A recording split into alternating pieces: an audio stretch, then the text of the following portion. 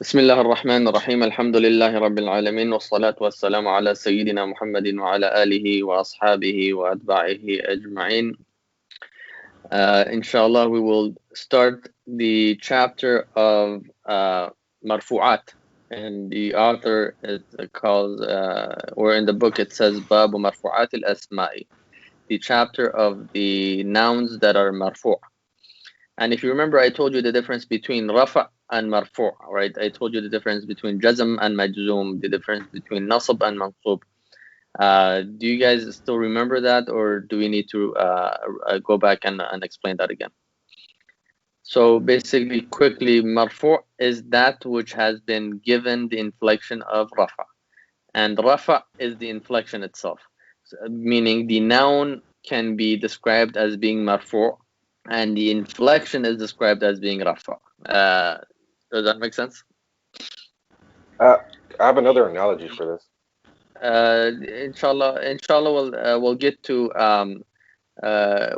that, all the comments and questions. But because I think Brother Marajul and everyone else is late in Bangladesh, we will quickly go over this. And then at the end, whoever wants to drop off, they can drop off, and then I will take your analogy, inshallah, Brother Khadruddin. But keep it in mind, write it down, don't forget it, inshallah.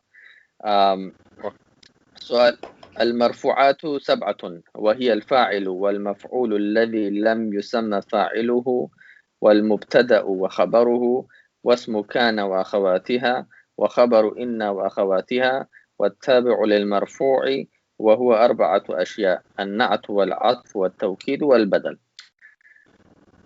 So the author says that the nouns that become marfu' are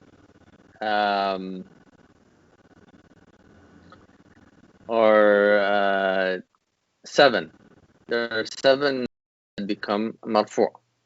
The first one is the subject, the verbal subject. For example, you say, John came, right?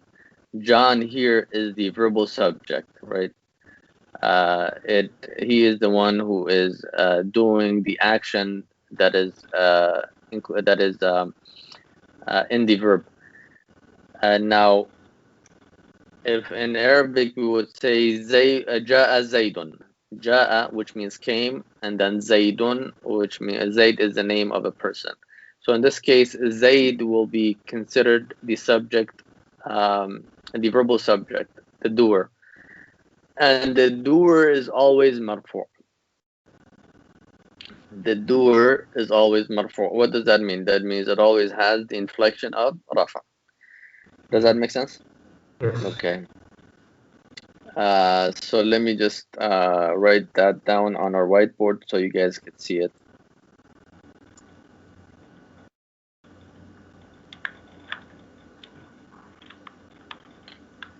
باب مرفوعات الأسماء.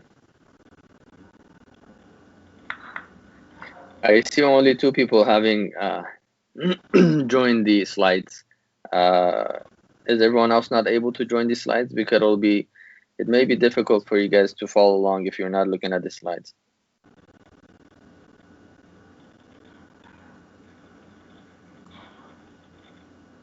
I could do it. I was thinking I would be able to maybe understand just by looking at the board, but maybe it's a good idea to look at the slides too. Yeah. Looking at the board, which board, Brother Khadruddin? Aren't you using a board or? Oh yeah. I'm looking at the slides. Basically, I'm calling the slides our board, but I don't see anyone having joined the slides. I only see Brother Marajul and Brother Fahad, I believe. Yeah, Yes, you can. I took your word literally rather than you talking about the slides. Yeah, no problem. Okay, so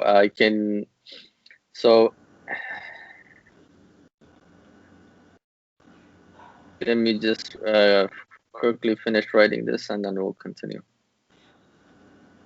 Okay, so remember you guys had this question multiple times.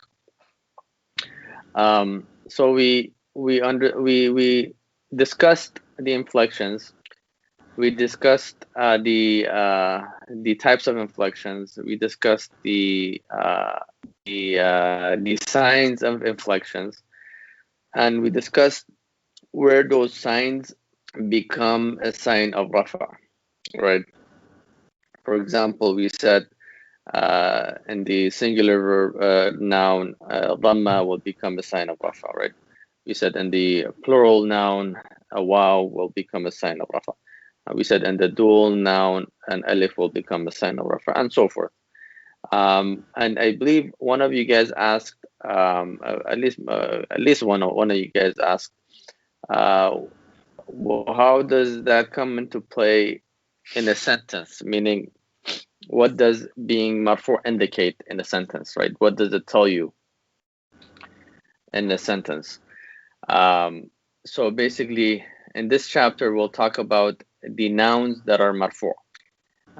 Meaning, if you see a noun that is marfu, it will be one of these 7 categories, right?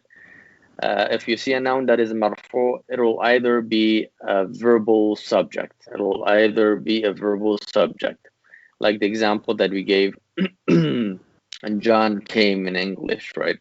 John came in English. Here, John is the verbal subject, and if we were to provide an Arabic example, we would say Ja'a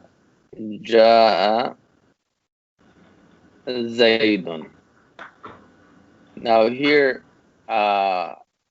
based by looking at this example that I gave, how do you know that Zayd is marfu? You know that Zayd is marfu because you know Zayd is the subject here. That is why you give it the inflection of rafa. And what makes this more clear is the second example that I will give for the verbal object. The verbal object is the second marfu noun.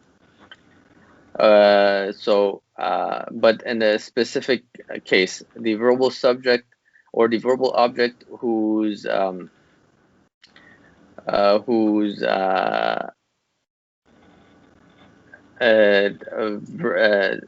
subject was not mentioned. For example, I could say Zayd hit Amr, or John hit Peter, or I could say Peter was hit. Peter was hit. Here, Peter is still the object, right? He's being hit, but the subject is not mentioned. So in Arabic, when you have cases where the verbal subject is not mentioned and only the object is mentioned, that becomes an object which whose doer or whose subject is not mentioned, and in those cases, the object will become marfu. In those cases, the object will take the inflection of the doer or the subject, because the subject is not present in the sentence. The object is the second most important part of the sentence, so it will take the rafa. And the example for example, the example I gave in English would be Peter, or let me actually write the Arabic example first.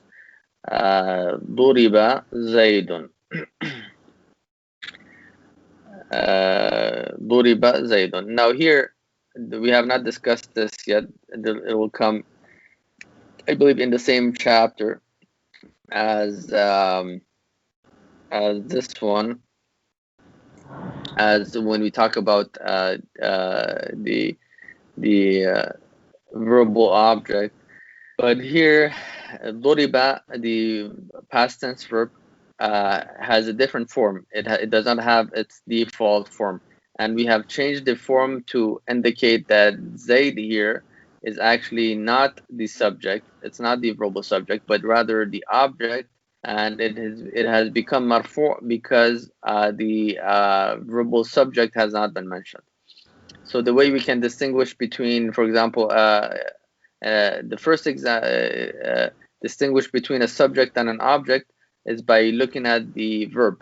If the verb has the form, has the default form, you know that Zayd is the subject, like Ja'a Zaydun. Ja'a has the default form. But if the verb has been tweaked and it does not have the default form. It has the form of that accommodates an object becoming a marfu'. In that case, you know that Zaid is the verbose object. Now here again, like I said, how we tweak, how we change the form of the verb to indicate that, inshallah, we'll discuss that either in the next class or the class after that. But just for the time being, know that an object whose subject has not been mentioned, meaning a verbal object whose verbal subject has not been mentioned, will always be marfu', will have the inflection of rafa. Like in our example, duriba Zaydun, Zayd was hit. Zayd was hit. Zayd was hit here. We don't know who hit Zayd, but we know that Zayd was hit, right? Does that make sense? Yes, Sheikh. And duriba is not the default form.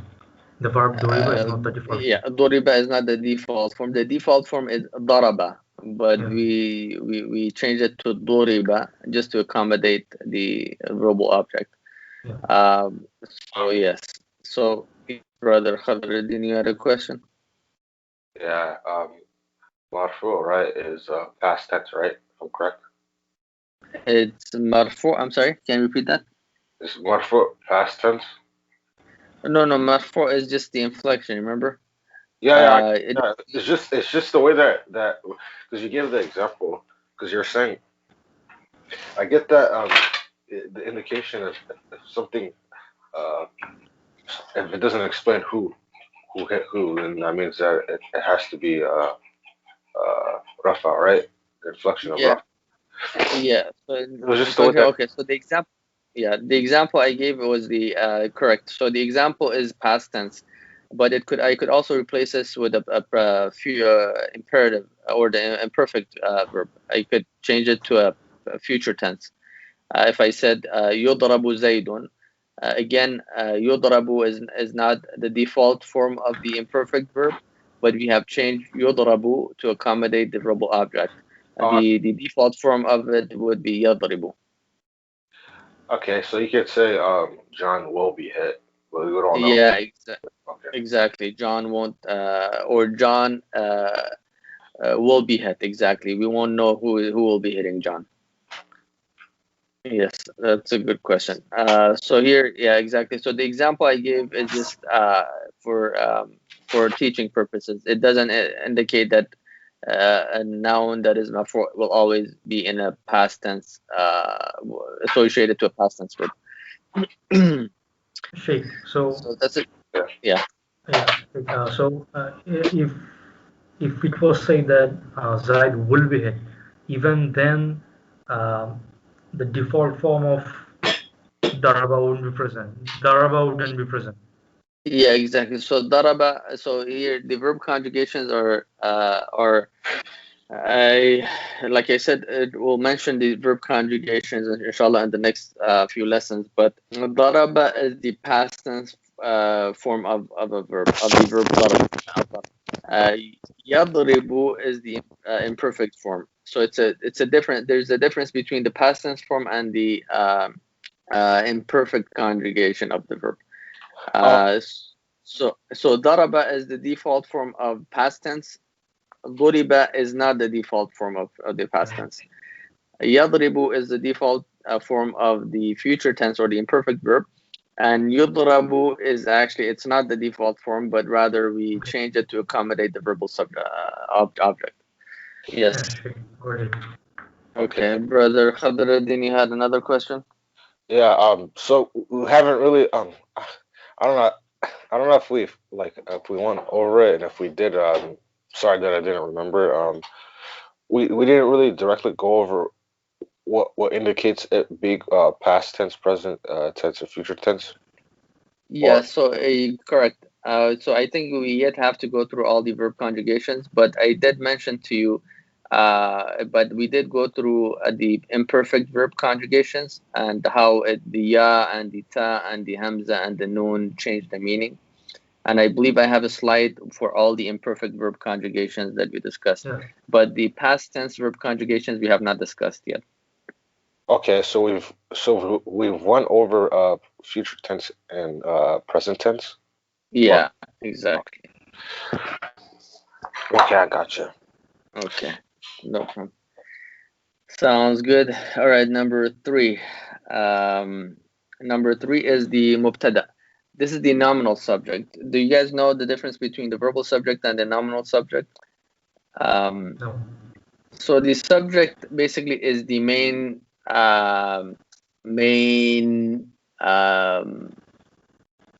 role in the sentence, so to speak.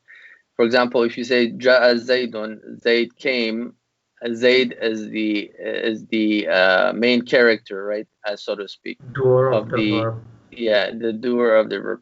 If we said Zayd is if we said, for example, Zayd is great, here again Zayd is the main character, isn't it? And they're both called subject. Regardless, in English they're both called subject. Regardless whether if it's in a sentence that there's a in which there is a verb like Zayd came, or whether it's in a sentence that is not that there isn't a verb, but rather you're just associating Zayd to something else. For example, if I said Zayd is a student, right? You're just associating as being a student to Zayd. So Zayd here still remains what? He remains the subject. So in this case, and so again, as I said, both of them are subjects. But in the first example, you would call Zayd a nominal subject because it is. A verbal subject because it is in a sentence, or he is in a sentence in which there is a verb. There's an action being performed. Does that make sense? In the second example where I said Zayd is a student, he would be a nominal subject because there are only nouns in the sentence, no verbs in the sentence. Does that make sense? Yeah. Yes. Okay, so the nominal subject is also marfu. So if I said, for example, in Arabic, and if I, yes, brother Qadrin, go ahead. Okay. The thing is that I understand the subject, and does the subject always have to be the noun in that sense? Because that's like the first part of my question. Yeah, the subject always has to be a noun. Yeah. Okay. If that's the case, and the subject can take any inflection or no? The subject, yeah. So the subject will always be marfu. That's what we're saying, right? We're saying that Yeah. the subject will always be marfu. Yeah. Yeah, but rafa can be either a noun and a verb. So I'm trying to understand how could it is it just in this case, in this category, the subject, since it's a noun and not and it's marfu, so it's rafa, that means that then it gives you the indication that it's rafa, and in that case, if I'm trying to understand. So yeah. So if you look at a sentence and you see that a noun is marfu, and that sentence is only made up of nouns. For example, like in the example, Zayd is great or Zayd is a student. You know that Zayd is a noun and it's marfu. You know that Zayd will get the inflection of rafa. Okay, so is it going to be always obvious the what will be the subject? And if not, do we use the verb to indicate if it's marfu?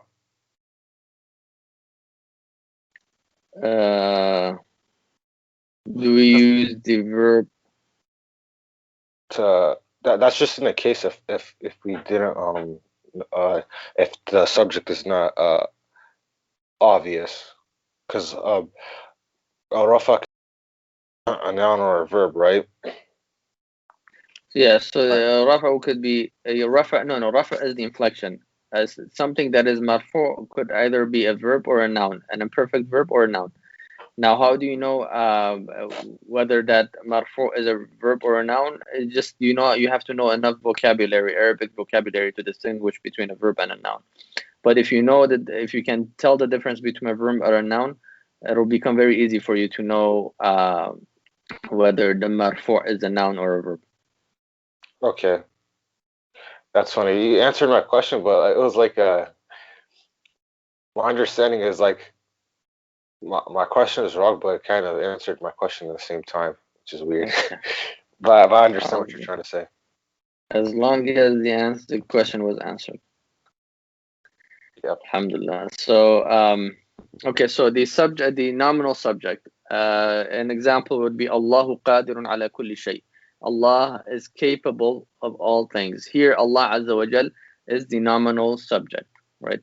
So that is why he would be marfu'. What's the sign of rafa for the singular noun, guys? Singular noun. Dhamma.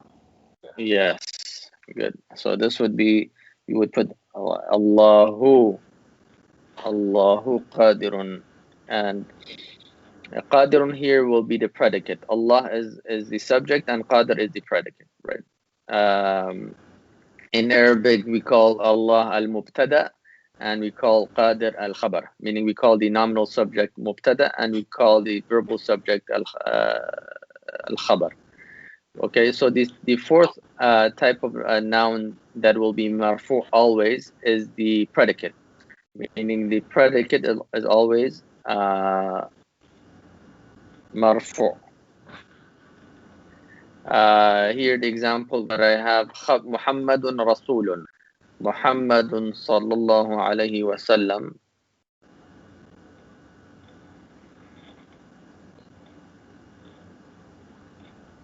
Rasulun, meaning Prophet Muhammad sallallahu alaihi wasallam is a messenger. Now, which one is the predicate? Which part is the predicate? Does anyone know?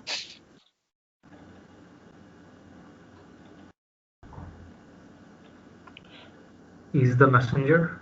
Yes, the messenger, exactly. So is the messenger is the predicate? Messenger is the predicate. So here in our example, Rasulun will be the predicate.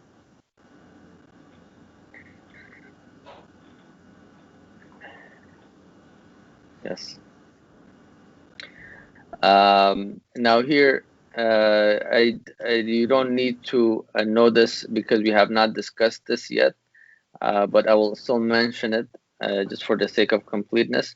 The fifth type of nouns that will be marfu' are the names or the subjects of Kana and her sisters. The subject of Kana and her sisters, and Kana is a special type of verb. Kana is a special type of verb which means is or was, depending on Kana is was, and Kana has certain rules associated to it that apply to what comes after it, which we'll discuss inshallah.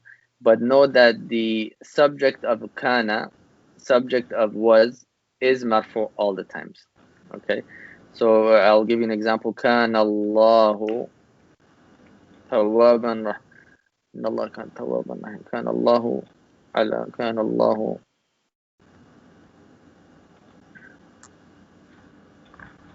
كان الله غفورا رحيما. So Allah was always forgiving and merciful. Allah was always forgiving and merciful. And what is the subject of Kana here? The subject of Kana. Allah was always forgiving and merciful. The subject of Kana will be Allah, right?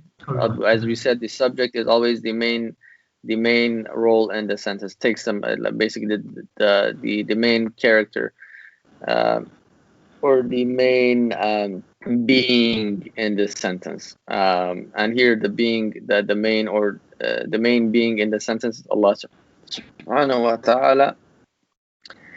So to translate it to English, this would be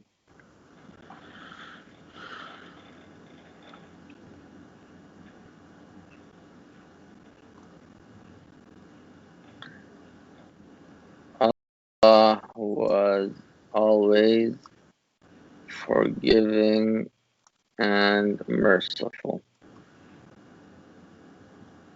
Okay.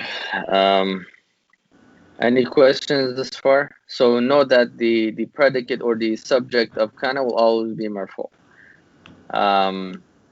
And then the sixth one is khabaru inna wa akhawatiha, the predicate of inna and her sisters. And again, we still have not discussed this. We'll discuss it in the next few classes. But just to make sure that you have an idea, an English example would be indeed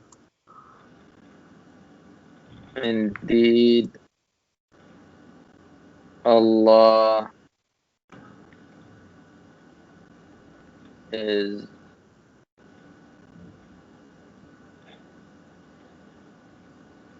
forgiving. The Arabic would be Inna Allah ghafurun. So the predicate here, and indeed Allah is forgiving. What is the predicate? Who knows? Does anyone know? And indeed Allah is forgiving. The forgiving part, right? Allah Azza wa Jal is the subject, and the forgiving is the predicate. So ghafurun here in our example, ghafurun is the predicate. Ghafur means forgiving, and it is a singular noun, and we know that the predicate of inna. Why do we call the predicate of inna? Is because it comes after inna, and inna has certain rules attached to it that we'll discuss inshallah. But for the time being, just know that the predicate of inna is marfu, and in our example is ghafur is the predicate, so it will become marfu. And the sign of a singular noun is dhamma, and that's what we have given it. And the last type of noun that will be marfu is anything that follows what we have mentioned. I mean, anything that is a follower of what we have mentioned. For example, in the first case, Ja'a Zaydun, right? Zayd came. If I said Zayd the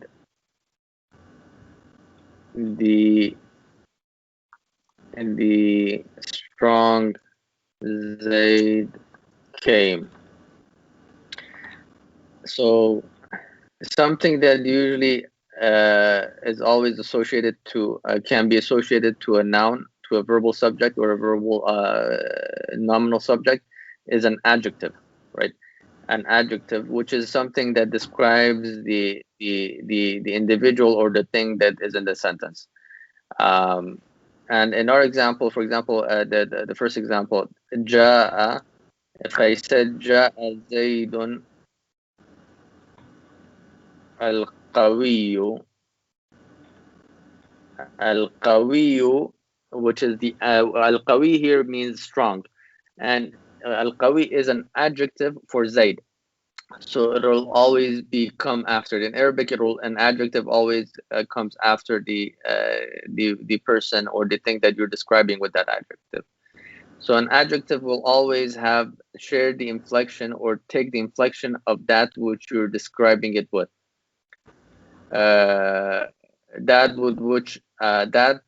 Which is being described with that adjective. For example, here we're saying Ja'a Zaydun al-Qawiyyu, the strong Zayd came.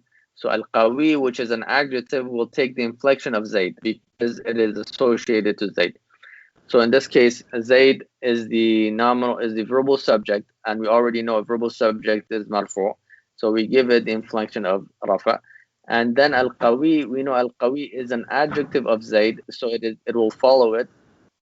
It will be obedient to it when it comes to inflection, and it will be a follower of Zayd when it comes to inflections. So meaning it will also be marfu. So we'll give it the inflection of rafa. So actually there are 4 categories of nouns that will be following the marfu noun that comes before them, and they basically will be taking the inflection of whatever they're associated to. In this case, al-qawi is associated to the verbal subject. Therefore, it will also be marfu'. Another so the four things that will that are called followers in Arabic, meaning they're always taking the inflection that associated to. The four things are an-na'at, which means the adjective, the conjunction. So meaning if I said جاء زيد وعمر, Zayd and Amr came. Amr is basically is taking the same ruling as Zayd, meaning Zayd is also coming. Amr is also coming, so it will also take the inflection of Zayd. So that will be conjunction. And tawkid, which means emphasis.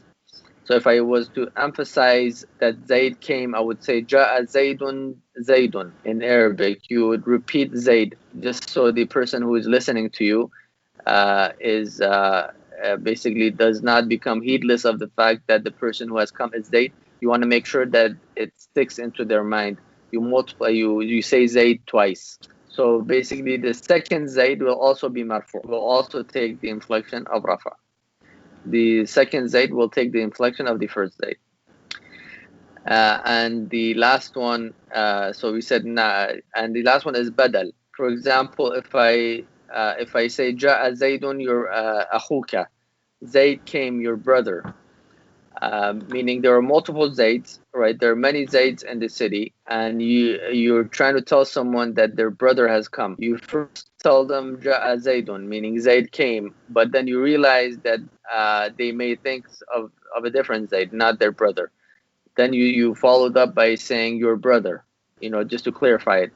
So that clarification, which we call badal, or it could be used for different reasons, but one reason is for clarification.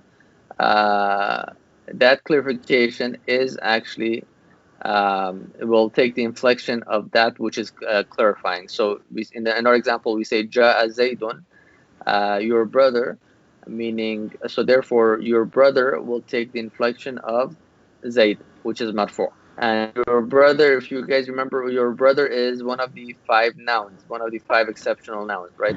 Akhuka. What is the sign of rafa for akhuka?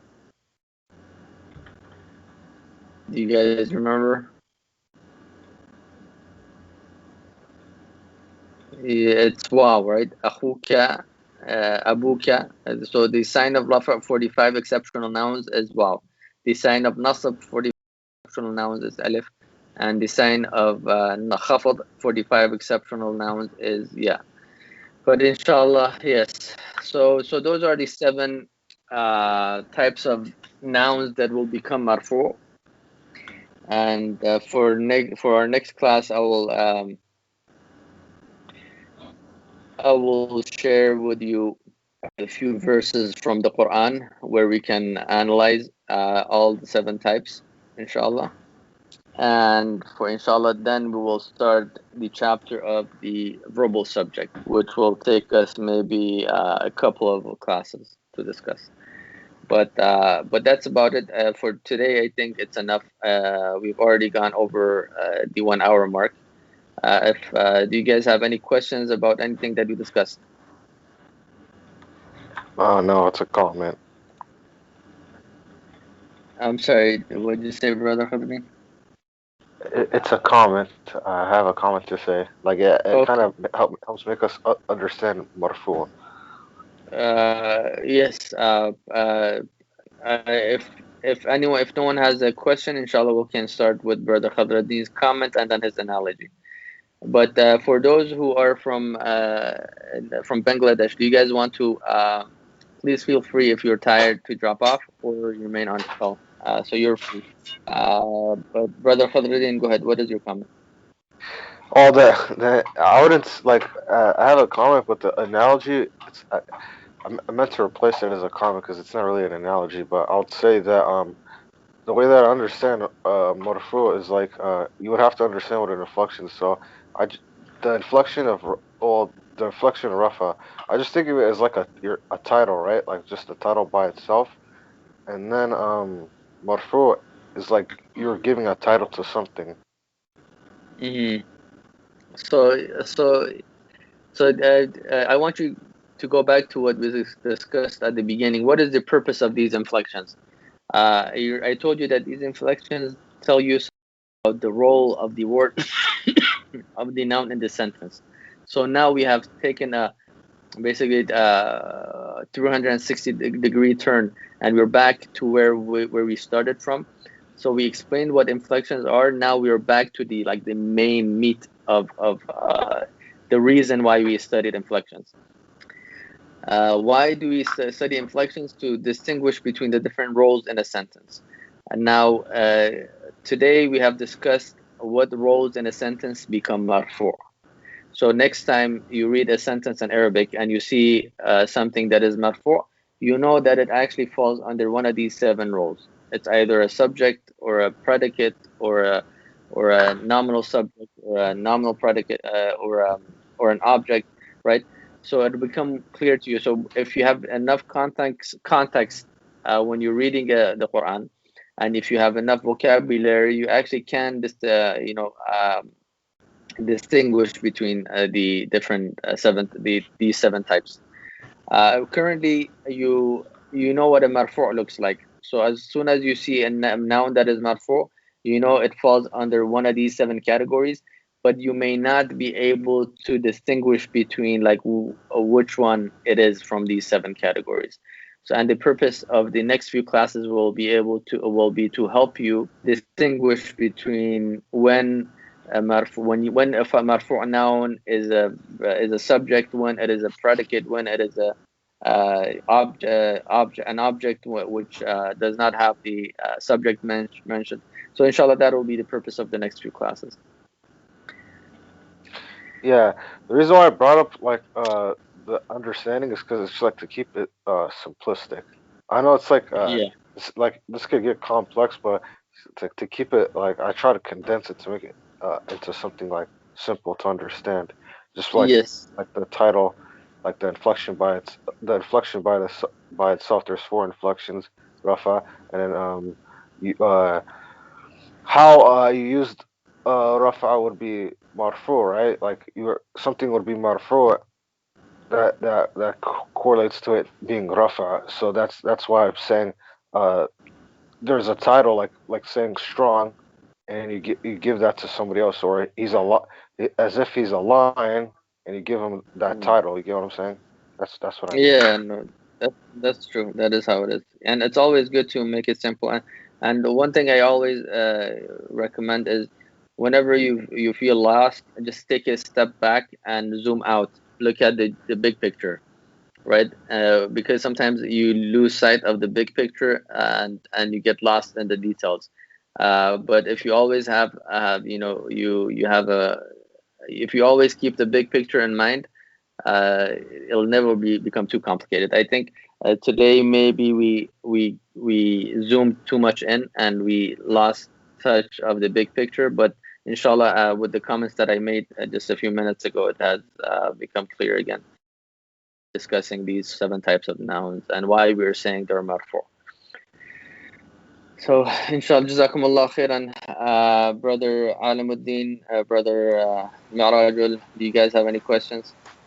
Yeah, Sheikh. I mean, even if today's subject seemed complicated for us, but we at least know from the beginning of the day when we first got introduced to marfu, mahfud, majzum, we know that whenever we see a noun that's marfu, we know that it's a subject, it's acting as a subject.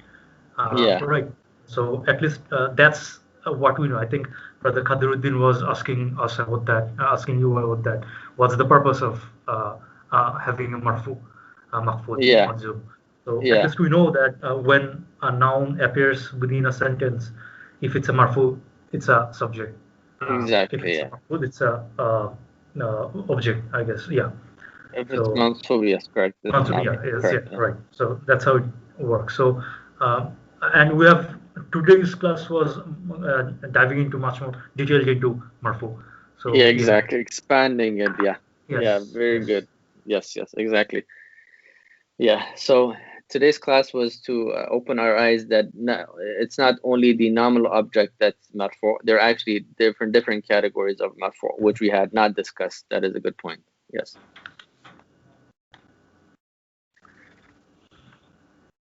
That is a good point. And inshallah, we will, if there are no more questions, we can conclude the class. And Brother Mi'rajul and Brother Alamuddin, inshallah, will keep in touch regarding, yes, inshallah. And Jazakumullah. Yes, go ahead, sorry.